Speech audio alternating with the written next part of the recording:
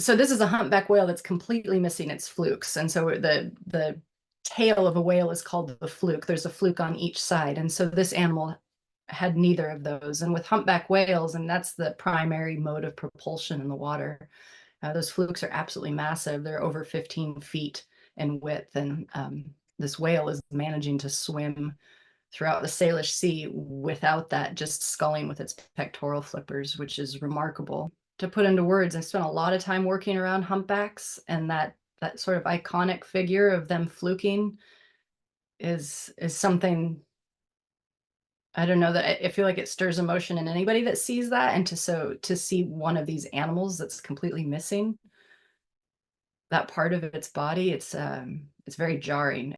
It's thought that this is due to an entanglement. There are so many entanglement hazards floating around the world's oceans, like old fishing gear that is broken free from fishing vessels or from the gear that they leave behind, like crab pots and whatnot, or just lines from ships that have fallen into the ocean.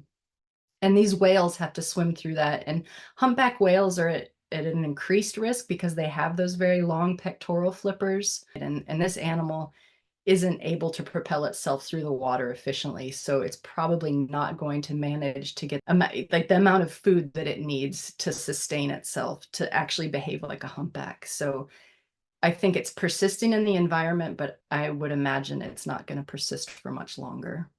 It's lived on long enough for us to document it so that we can then bring it to the attention of everybody, because it's one thing to show pictures of whales that are entangled, or to talk about whales that have died from entanglements or see entanglement scars. But this whale swimming in the Salish Sea completely without a tail, I feel like is the poster child for the hazards that they're facing in the world's oceans. Like